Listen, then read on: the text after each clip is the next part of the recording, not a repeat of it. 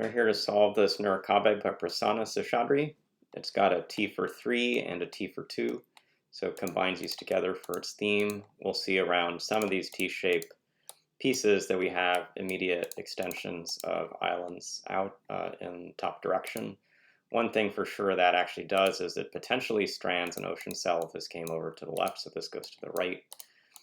This ocean has to keep coming down. We don't know for sure which last cell is going to be taken around this, but we've got some shape coming into the grid. We'll notice that there are probably two pressures at this point.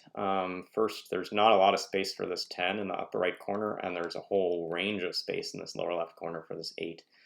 But in this other space here, like I can't reach any of these cells with islands that I've just marked in. And seeing all those quickly, you'll see that the 2s are pulled immediately over to the right in this space. And now that even leaves more of an open zone here with cells I can't necessarily reach, like around this space, I can't get from a 3 or 2, so the 8 is going to have to come into this zone.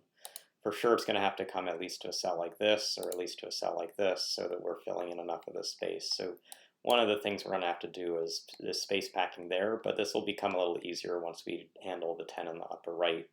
So let's start by thinking about the counts of cells that it can take, and the furthest left I can come is really to these cells.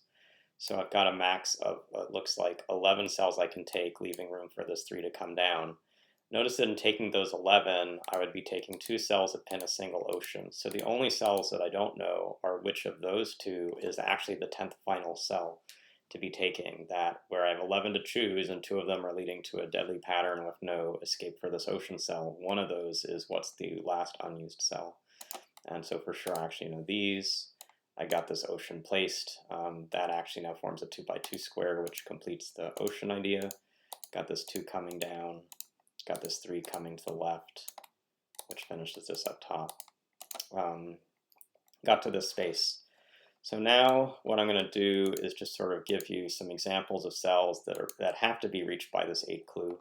The 8 clue has to come to one of these cells on the left or right of this X. It's going to have to come to one of these cells. It actually has to come exactly to this cell to not form a 2 by 2 square. It's going to have to come to one of the cells here, or we're going to fully shade in this box. And so there's going to be probably a key constraint of just the counts of things. So I've got, let's take this cell here. This is a set of 3, 4, 5, 6, 7, 8. So like essentially getting up to this cell gives me just enough room to reach over. I still have to take a cell here, and I've got to connect across the grid. So this is a puzzle where the counting constraints become key. That getting into this X and getting into this X with this used cell leaves just exactly 8 places to go. And here I don't have a lot of space to fill in that packing, but the packing I eventually used is the way to get to all the cells I need to get to and the minimum amount of distance I can. And so this is a little more intuitive sometimes until you've done it in a few Nurikabe puzzles, but is a critical piece for this lower left side. So you had tight packing on the top right, loose packing on the lower left, but collectively we got our T for 3 and our T for 2 perfectly served and the ocean set. So hopefully learn a little bit about Nurikabe through the solve, and we'll see you again soon.